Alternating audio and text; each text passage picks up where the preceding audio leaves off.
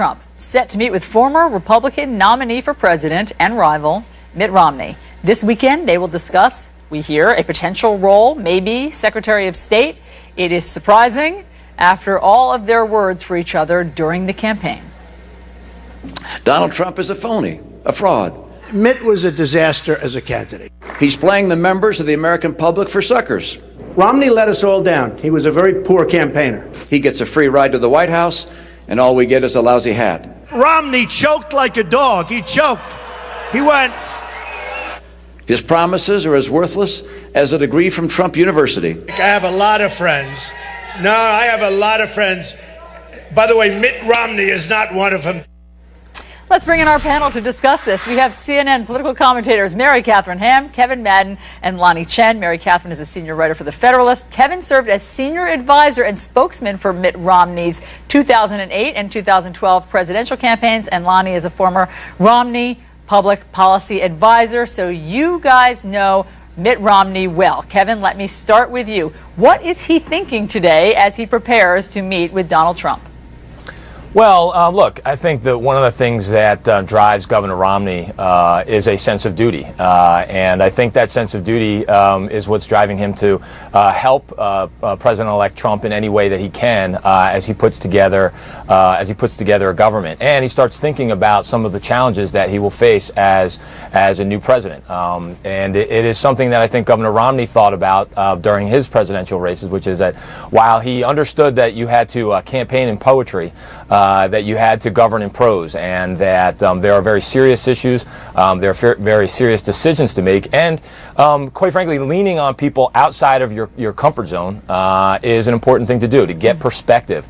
That was something that not only did he do as a presidential candidate, he also did as when he was governor of Massachusetts. So I think he recognizes that there is that type of outreach potentially going on with President-elect Trump's transition team. Lonnie, to be clear, Mitt Romney met with President Obama at the White House after he lost the race. So Mitt Romney, has shown his willingness to do this, to talk about the country and talk about the important issues going forward.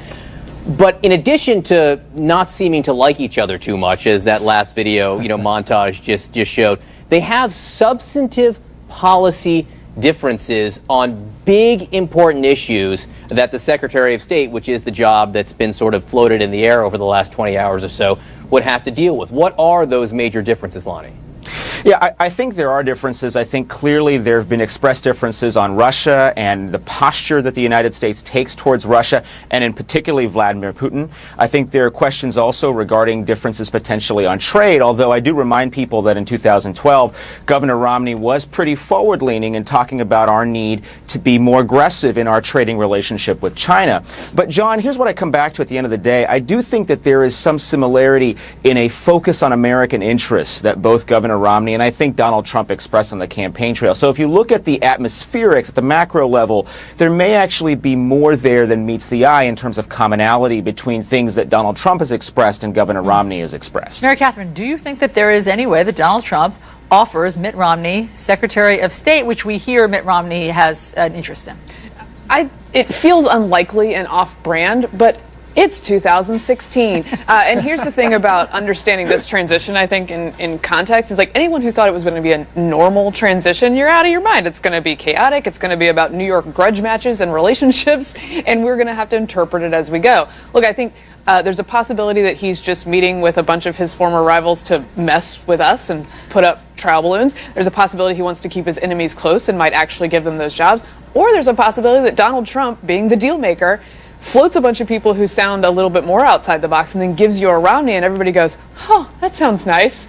When would people have said that, people on the other side have said that Romney sounded like a great option a couple years ago? They wouldn't have. They thought he was a monster. Well, this is how you make a deal, perhaps. I don't know. And you have noted on Twitter, Donald Trump, known to be something of a showman right now, but the optics here do matter. Meeting with these people of all stripes and of all opinions, it's what a president-elect should do. It's like a mature, professional relationship that they're looking for, and I think there's the capacity to do that.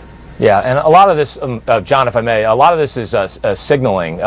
There are a lot of policy professionals that look at what seems like a lot of chaos in the transition, and it may keep them from serving. And at the same time, what the transition needs to get rid of the chaos is really good policy professionals to step up and be willing to serve. When they see somebody like Mitt Romney, who is seen as a critic and a rival of President-elect Trump, be able to sit down, that does give people a little bit more license to consider doing the same, and that I think will ultimately help the transition. And that may be part of why this is happening.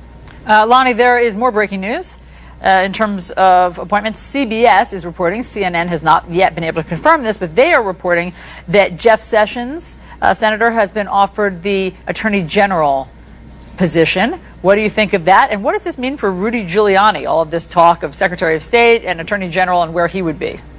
Well, this is a period of time, when we're bound to hear a lot of rumors. There's a lot of, people have referred to sort of chaos in the transition. I do think that there is a natural element of sorting out that's happening. But the appointment of Jeff Sessions, if that is in fact what has happened, does reaffirm this notion that Donald Trump is putting people in place around him who he's comfortable with, who ultimately were supportive and loyal during his campaign, but share his vision on policy. And certainly with respect to immigration, no one has been more forceful about talking about the need for border security over the years than Jeff Sessions. So in many ways, this appointment, if true, would make perfect sense. Mary Catherine, you look at Jeff Sessions, I don't think that would be a surprise given how close the two men were and how much work Jeff Sessions did, nor was General Flynn a surprise, nor Reince Priebus. Steve Bannon, maybe a little bit of a surprise. But right now, you've got 4 potential people being named, all white men. At what point do you think that becomes an issue in diversity becomes a concern for this incoming administration? I think there may be areas where he surprises, like with a Peter Thiel, who is would be an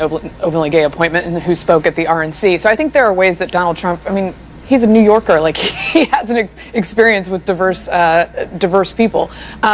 And again, 2016. I think the Sessions pick is definitely more on brand, but all of these people that you're hearing who definitely have spots, or we'll see on the Sessions thing, almost definitely have spots, are people who were loyal to him throughout the campaign. And I think throughout his career, that's more of what you see than the critics coming in and giving him honest feedback.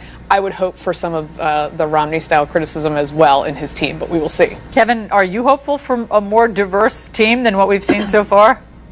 I don't think that they just put as much a premium on diversity and worrying about some of the gender balance. They didn't do as much of that during the campaign, and they weren't exactly punished for that.